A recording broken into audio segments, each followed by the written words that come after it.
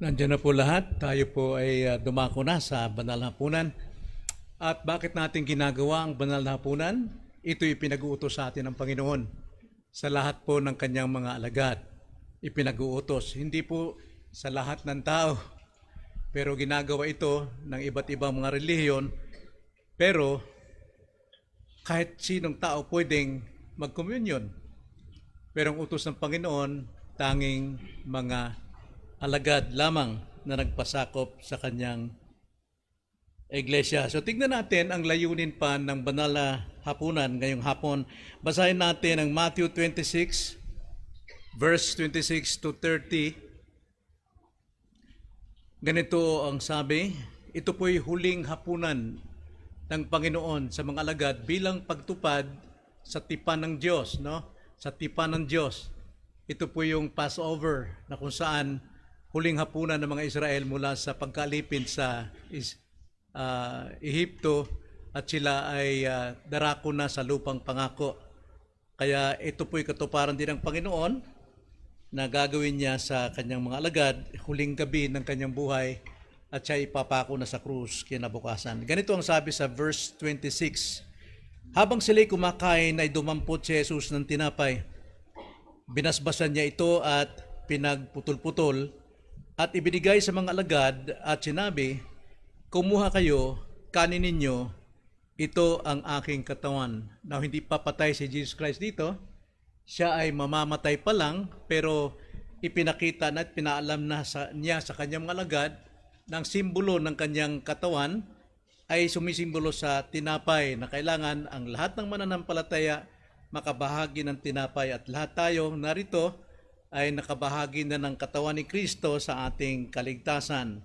At kumuha siya ng isang saro at nang makapagpasalamat ay ibinigay sa kanila na nagsasabi, uminom kayong lahat nito sapagkat ito ang aking dugo ng tipan na nabubuhos dahil sa marami, hindi sa lahat ng tao, sa ikapagpapatawad ng mga kasalanan. So tayo rin tatanggap din nitong kopa, simbolo ng dugo ng Panginoon. Ang gamit natin ay fruit juice fruit. Okay. Sumisimbolo ito sa pagtanggap natin ng pagkahugas ng ating kasalanan. Hinugasan ng Panginoon ng ating kasalanan nung tayo po ay sumampalataya sa Kanya. Kaya pinag-uutos niyang gawin ito. Kung talagang ikaw ay isang totoong mananampalataya, gagawin mo ito. So hindi ito ina-advise sa mga wala pang relasyon kay Kristo, kundi doon lamang sa may mga relasyon. Verse 29, at sinasabi ko sa inyo mula ngayon ay hindi na ako iinom ng katas ng ubas na ito hanggang sa araw na yon na inumin kong panibago na kasalo kayo sa kaharian ng aking Ama. Na ang kaharian ng aking Ama, mayroon tayong doctrine now and not yet. Yung kaharian ng Ama ay nasa langit. At doon ay gagawin muli ang banal na hapunang ito na kasalo ng ating Panginoon. Yun po yung not yet. Pero now, lahat po ng mga tao ng Diyos ngayon nasa kaharian ng Panginoon. At ang kaharian ng Panginoon ay nasa kanyang iglesia. 1 Corinthians chapter 6, verse 19 to 20, nang sabi, hindi nyo ba nalalaman na kayo ay templo ng Diyos na naninirahan sa inyo, hindi na kayo sa inyong sarili? Yung po yung individual. Pero pagdating sa 1 Corinthians 3:16, kayo tumutukoy sa grupo, sa corporate na mga mananampalataya, kayo ang templo ng Diyos na nasa inyo. Kaya nga, nung muling mabuhay ang Panginoon, kasama rin siya sa Lord's Supper sa atin, now and not yet. Doon sa langit, magaganap, now, kasama pa rin siya. Sapagkat ito ang kanyang pangako, na sa tuwing tayo po ay gaganap nitong Lord's Supper, nandiyan siya, kapiling natin, kabahagi natin siya. Kaya sabi po rito sa 27, 30, 29, at sinasabi ko sa inyo mula ngayon ay hindi na ako iinom ng katas ng ubas na ito hanggang sa araw na yon na inuman kong panibago na kasalo kayo sa kaharian ng aking Ama. Pagkaawit nila ng isang himno ay nagtungo sila sa bundok ng Olibo. So narito ang layunin ng banal na hapunan, kaya natin ginagawa ito. Now, lalahanin natin, pagdating po sa banal na hapunan, Lord's Supper, buong pagkatao natin at buong buhay natin, kahapon, ngayon at sa darating, sa magpakailanman, ay mula sa Diyos. Hindi atin ito. Mula sa Diyos. Kung tinatanaw natin ito, marapat lamang na pahalagan natin ang kanyang alaala. Kanya nga, lagi ko sinasabi, pagdating po sa pagsumpa po natin sa pagiging miyembro, pahalagan natin ang Lord's Supper kahit saan kayo naroon. Kailangan paghandaan ninyo. Kung malayo kayo, 1 week before, dapat prepared na kayo na bumaba para sa banal na hapunang ito. Tulad po ng ating pag-aaral kanina, napakalaga po ang corporate worship. Kailangan itong pinaghahandaan talaga. So, ganito rin po, pagpapalaga natin sa kanyang alaala. Utos niya ito eh. Ipinag-uutos. Pakigising lang yung natutulog. Okay?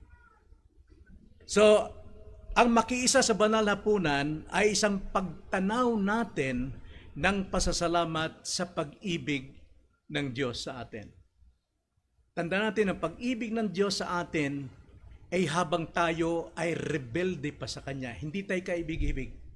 Hindi sa ating pagiging mabuting tao tayo inibig ng Diyos. Kaya dapat nating alalahanin na sa pagganap natin ng banal na hapunan, tinatanggap, inaalala natin ang Kanyang pag-ibig sa atin. Unconditional love. Kaya marapat lamang bigyan ito ng halaga, unahin natin ito. Once a month, ginagawa. Gunitain natin ang layunin nito. Anong layunin? Number 1, pag-alaala sa pag-ibig ng Diyos. Nasabi ko na. Tingnan ang sabi sa 26-27, habang sila'y kumakain ay dumampot si Jesus ng tinapay, binasbasan niya ito at pinagputol-putol at ibinigay sa mga alagad at sinabi, kumain kayo, kainin ninyo, ito ang aking katawan. Tumutukoy sa kanyang kamatayan sa krus. At kumuha siya ng isang saro at nang makapagpasalamat ay ibinigay sa kanila na nagsasabi, inumin ninyo, uminom kayo, lahat nito sapagat ito ang aking dugo ng tipan na nabubuhos dahil sa marami sa ipagpapatawad ng mga kasalanan. So pag-ibig ng Diyos sa paghugas ng ating kasalanan.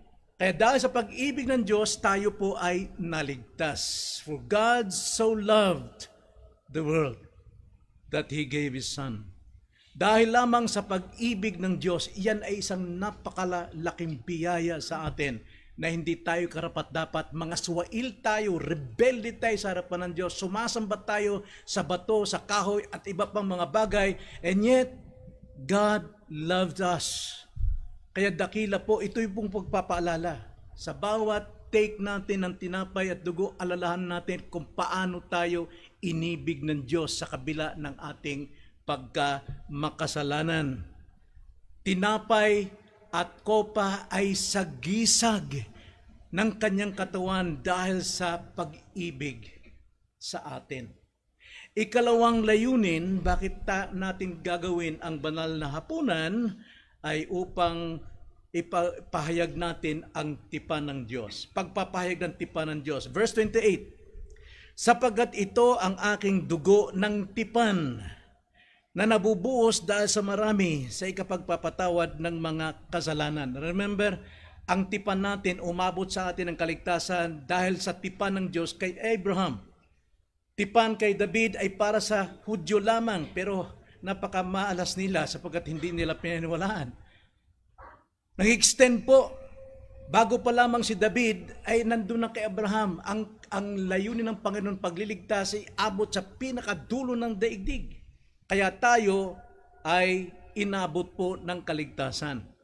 Now, paano po nagtipan ng Diyos? Ang sabi ng Panginoon kay Abraham, umalis ka sa tahanan ng iyong ama, sa bayan ng ama, pumunta ka sa lugar na ituturo ko sa iyo. And Abraham believed, kahit na wala pa siyang nakitang lugar, kahit walang sinabi, dahil Hebrews 11:1, ang pananampalataya ay naniniwala sa mga bagay na hindi nakikita, ngunit napapatunayang totoo. And then, sinubok uli ng Panginoon si Abraham kung gaano katapat ang kanyang pananampalataya. Chapter 15 ng Genesis. Ang sabi ni Abraham, ikaw ang magiging ama ng lahat ng bansa. Ang sabi ni Abraham, paano mangyayari yun? Hindi mo ko binigyan ng anak, matanda na ako, baog si Sarah. Ang nanatili rito ay ang aking katulong. Ito na lang ang bigyan natin ng itupad yung tipan, yung pangako. Halika, sabi ng Diyos, lumabas ka, tignan mo ang dami ng bituin. Kung gaano karami ang bituin, ganyan karami ang iyong magiging supling. Kung gaano karami ang buhangin, ganyang karami ang iyong magiging lahi. And Abraham believed, ang sabi sa verse 5, at ito'y itinuring na righteousness kay Abraham dahil naniwala pa rin si Abraham. Kaya nga, ang sabi sa Galatians chapter 3, kung tayo sumasampalataya kay Kristo, tayo rin ay lahi ni Abraham. Now, hindi lamang yung covenant na yun, kung talagang tinuring na si Abraham na righteous, pero ang ginawa pa ng Panginoon, nag-utos siya. Sabi ni Abraham, paano mangyayari yan? Imposible yun. Ang sabi ng Diyos sa kanya, kumuha ka ng isang baka, ibang mga hayop, hatiin mo sa gitna. At pati yung mga bato-bato, ilagay mo dyan, ihanay mo. At pagkatapos, nung hatiin na ang mga hayop na ito, dumating yung mga vultures, mga ibon, pinipilit na bugawin ni Abraham, dahil ayon ni Abraham, na masira yung ginawa ng Diyos. Napagod si Abraham, pagdating ng gabi, siya'y natulog. At sa pagkakahimbing ni Abraham, remember, ito yung tipan ng Diyos. Siya'y nangangako, siya rin ang tutupad. Wala tayong bahagi. Ang sabi ng Diyos kay Abraham, tulog si Abraham. Abraham, makikipagtipan ako sa iyo. At sa sandaling yon, mayroong isang hurno, sulo na apoy. At ito'y dumaan sa pagitan ng mga nahati na mga hayop na ang sabi ng Diyos, ako'y nakikipagtipan sa iyo. Natutuparin ko ang aking pangako. At kung hindi ko matupad, ituring mo kung tulad sa mga hayop nito na hinati. Pangako ng Diyos, tutuparin ng Diyos. Kaya nga, sa tuwing tayo po ay nag-Lord Supper, ating inaalalang katapatan ng tipan ng Diyos sa atin. Sapagat kung hindi po nakipagtipan ng Diyos, wala tayong kaligtasan, only for the Jews. At yan po ang dapat nating alalahanin, hindi tayo karapat-dapat. Ngunit tayo po'y tinubos. Di ba't nararapat lamang na tayo'y dumalo sa banal na hapunan? Faith natin based doon sa promise ng God at tinupad ng Diyos. At ikatlong layunin sa ating pong banal na hapunan, verses 20 to 30, ay ang ipagdiwang ang ating pag-asa. Ipagdiwang ang ating pag-asa. Tingnan nyo sa verse 29 and 30. At sinasabi ko sa inyo, mula ngayon ay hindi na ako iinom ng katas ng ubas na ito, hanggang sa araw na yun na iinuman kong panibago, nakasalo kayo. That is hope. Buhay na pag-asa yan. Bakit? Ang Diyos ay tumutupad sa kanyang pangako. Ibig sabihin, nag-resurrect si Christ. Yan yung tatak selyo ng ating pagtitiwalang kaligtasan sa Diyos. Kung walang resurrection ni Christ, walang silbi. Nananatili pa rin tayo sa ating kasalanan. Kaya ang sabi ng Panginoon, hanggang sa araw na yon, na inumin kong panibago, nakasalo kayo sa kaharian ng aking Ama. Ano po ang pag-asa? Christ live again. Siya'y muling nabuhay. Kaya eto po, mga kapatid, tayo makikisalo sa banal na hapunan na punong-puno ng pag-asa. Kung si Kristo na pinatay, muling nabuhay, gaano pa yung mga inaasahan natin ibibigay sa atin ng Panginoon. At 30, at pagkaawit nila ng isang himno, ay nagtungo sila sa bundok ng Olibo. Ano pinapakita dyan? Kalungkutan ito eh. Kalungkutan ito. Alam ng mga alagad, napapatay ng Panginoon dahil sinabi niya, ito yung katawan ko, ito yung dugo ko, and yet, nagawa pa nilang umawit. Nagawa nilang magpuri. Nagawa nilang nagpasalamat. Yun po ang layunin po kung bakit tayo magbabanal na hapunan dahil sa mga katotohanan ito. Wala tayong dapat ikalungkot sa ating buhay. Ano mang kakulangan, ang Diyos po ay punong-puno ng pag-asa para sa atin. Kaya isa pong utos, gawin natin at sundin ang banal na hapunan. Tayo po'y magbigay ng panalangin, konting katahimikan, at magsuri tayo ng ating puso. Ano ba yung kasalanan na nanatili pa sa ating puso? Maring ito ay kayabangan, maring ito ay kasinungalingan, maring ito ay pagmamataas na magiging hadlang, mga kapatid. Tandaan natin, lahat pa ng ating buong pagkatao tinubos na ng kamatayan ni Kristo. Dapat hindi na tayo namumuhay sa ganung klase ng ugali.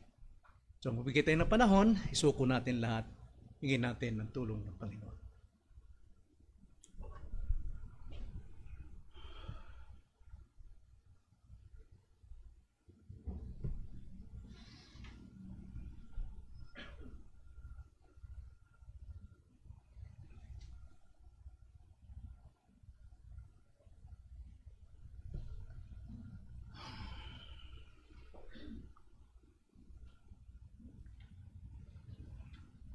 Opo, Panginoon, binigyan niyo kami ng bagong puso, binigyan niyo kami ng bagong espiritu, at pinananahanan ninyo kami ng inyong mismong espiritu upang matupad namin, masunod namin ang lahat po ng nasasaad sa iyo pong kalooban sa banal na kasulatan.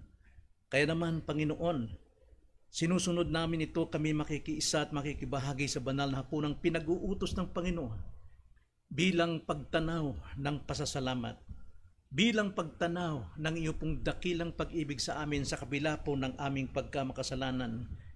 Maraming salamat po, Ama, na kami binigyan niyo ng karapatan, isang privilege na kami po'y makabahagi sa banal na hapunang ito. Dahil ito'y aming tinanggap at sinampalatayanan.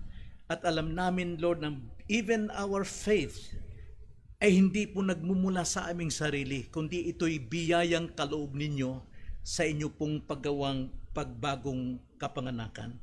Kaya Lord, nagpapasalamat kami buong puso, taos puso, sapagkat hindi namin magagawa ito kung hindi kayong unang gumawa nito sa amin. Kaya tinatawagan namin, Ama, ang inyo pong mga tao na handa pong magpalinis ng kasalanan ngayong sandaling ito upang sila ay makabahagi sa banal na hapunang iyong iniwan at pinapaalala sa amin at inuutos na ito'y gawin namin bilang pagtanaw sa iyo pong dakilang biyayang kaloob sa aming pong buhay. Maraming salamat po, Ama. Ang lahat ng ito'y samot dalangin namin sa pangalan ng Panginoong Hesus. Amen.